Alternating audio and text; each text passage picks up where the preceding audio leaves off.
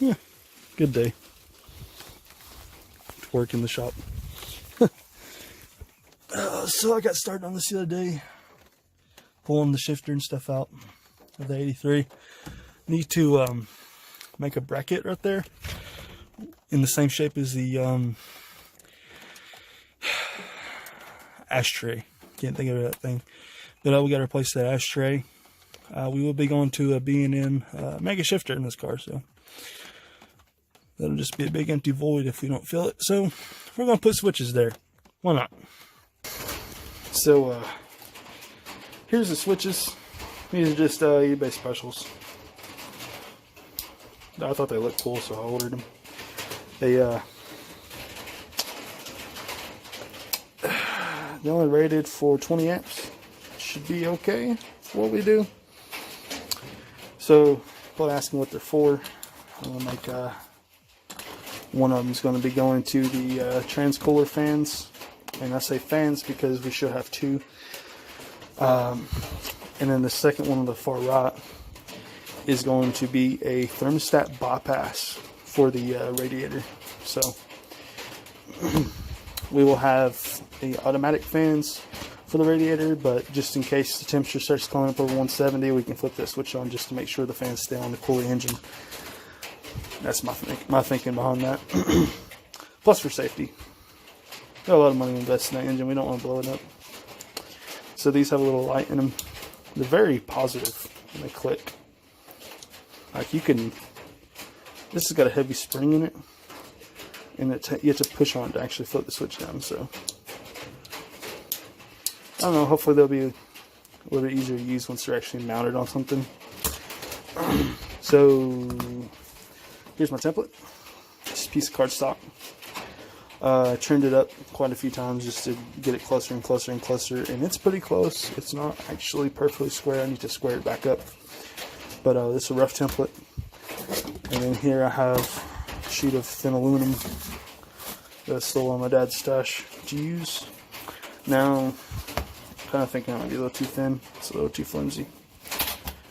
But with 4 mounting holes, I was like, maybe it'll work. I'm going to make a trip to get some thicker aluminum today. See if we can come up with something a little bit better. Or I could go with a thin piece of wood. So I've got this. And this would be really cool to use if it was wide enough. I thought that'd be pretty cool. This is a Paduke, I believe. Not too sure what this is from, but I do have some pine. I think it's a little thicker than this, but this is hardwood. We want to use the hardwood for it. So here's the piece of pine. I had to take a break there for a minute.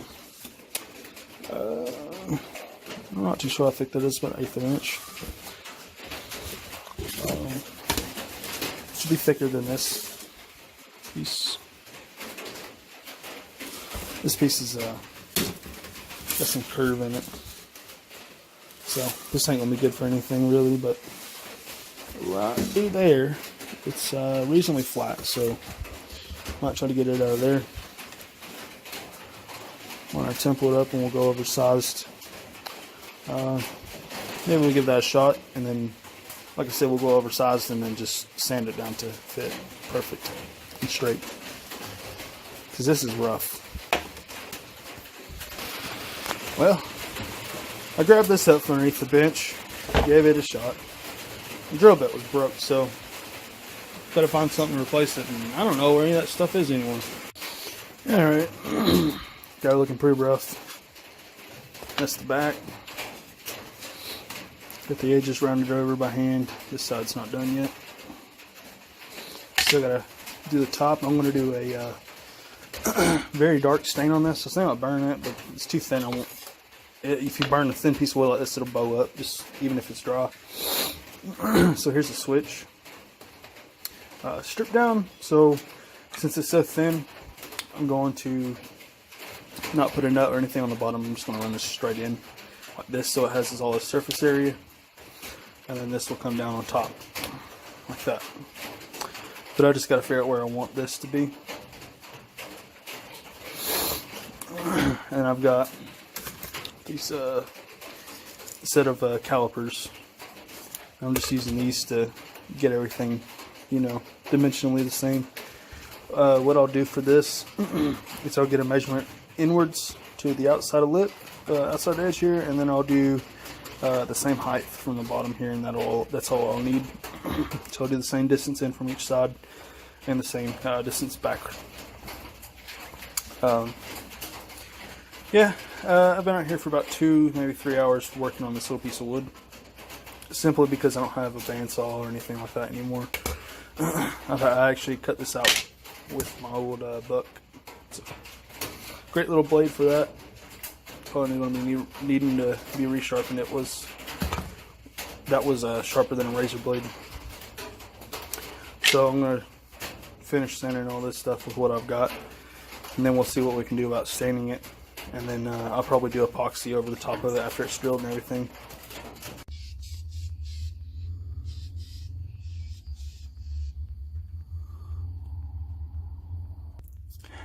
Well, just finished it up. These stamps don't look too great. I was hoping they were going to be like white, and then you see the black, but white's kind of transparent.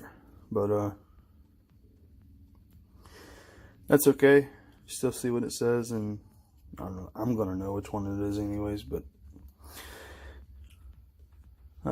darker areas in the black, that's just oils from my hands rubbing on the satin finish. Got it wired up. So back part here is these are all lights. So this is going to be power, and then on the very front there, it's a common ground for the switches, and then these leftover prongs are going to be the interrupted ground for each one of the fan components. So transmission cooler and then radiator. I was going to put bypass below that, but no reason to. You flip that switch on, it's going to turn the fans on the radiator. Flip this switch, it's going to turn the fan on the transmission cooler. So good enough. I'll show you what it looks like in the car before it gets completely dark and starts pouring down on us. So let's check it out. Alright, I had to turn the flashlight on here, but you can see we got it screwed down and everything here.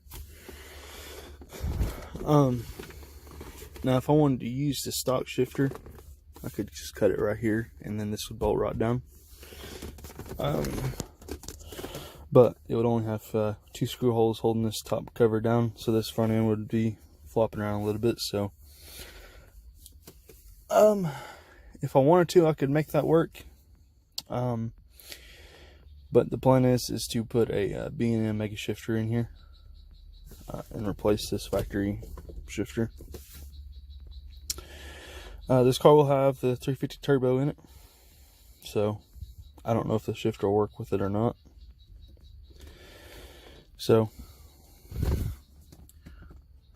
there's our tack. It's going to go over here in the window.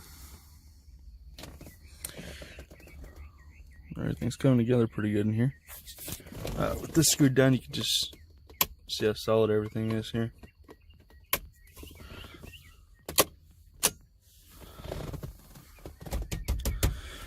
Yep, I like it. Let me know down in the comments what you guys think about the switch panel. Let me know how you do it different. But yeah, thanks for watching.